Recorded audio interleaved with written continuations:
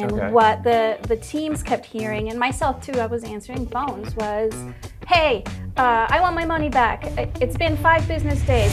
Hi, I'm Jeremy with Northwest, and today we're talking a major faux pas in customer service. So of course, I'm sitting down with our client experience director, Naomi.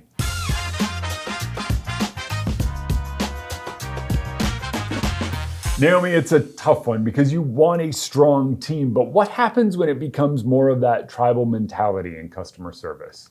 What you're referring to is when the teams start maybe defending a customer complaint instead of zooming out and analyzing the reason why there's all of a sudden an increase in this customer escalation or customer complaint. Yeah, exactly. Nobody wants to have their morale affected, right? But it is natural. I mean, it's customer service. We're human. There's going to be ebbs and flows of how things are feeling between the teams and also with the customers. The instance or the phase in time that I can think about is we started having a lot of customers calling in, but being escalated or frustrated or upset about the timeline. And Okay. what the teams kept hearing, and myself too, I was answering phones, was, hey, I want my money back. It's been 5 business days, but you in your website or in my invoice or in this portion of the sign-up process, it said 24 hours. Complaints like that. And what is it? Well, we have to educate the customer. There's actually 2 different timelines. The 24-hour one is ours.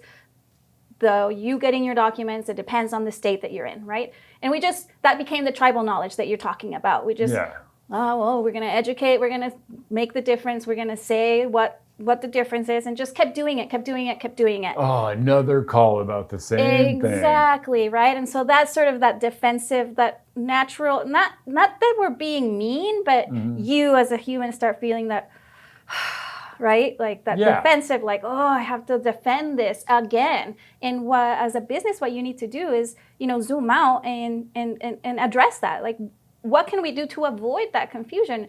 And for this instance that I'm explaining about the timelines, what we realized is that the points of communication about those were not clear. It was confusing and it was all in one. And so tweaking a word here, tweaking a sentence there, setting better expectations at sign up, and throughout the process of the time that it was going to take the customer to get their end result made a big difference for the customer. And it also made a difference for our teams, where they didn't have to all the time or feel like all the time explaining, this is the difference between this timeline and this timeline, right? So we tried to eliminate that. The last thing you want is divide between your customer service team and your customers.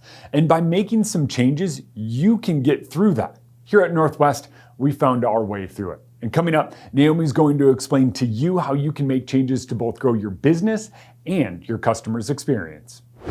If somebody's watching this, they're obviously going to try to implement something. We talked about some stuff that works as your company gets a lot larger. How can somebody make these changes on a very small scale? I think the secret sauce about this is not focusing so much on the strategy of the growth of your business, even if it's because you're now going to offer one more thing or refining the one thing that you're offering. Is also, don't forget about what your customer is experiencing through the journey of whatever lifetime it is. Maybe it's just a service you provide once and you're done in 48 hours. Well, you still want to understand what happens after 48 hours and how can you how do you provide a good experience for that lapse? Or how do you provide a good experience for a whole year? Or for whatever product that you're offering, to have both, look at both at the same time. It's easy. I've seen businesses do this. As a business owner, when I owned my business, I did it too. You focus so much on the growth and strategy. But your customers are the ones that keep it together. So you have to somehow be able to try to grow both at the same time and not forget about this one. All right, Naomi, thank you so much for taking the time today. If you found this useful, hit subscribe. If you have any additional questions for Naomi or anyone here at Northwest, drop them down in the comments below. I'll sit down with them. We'll get your questions answered.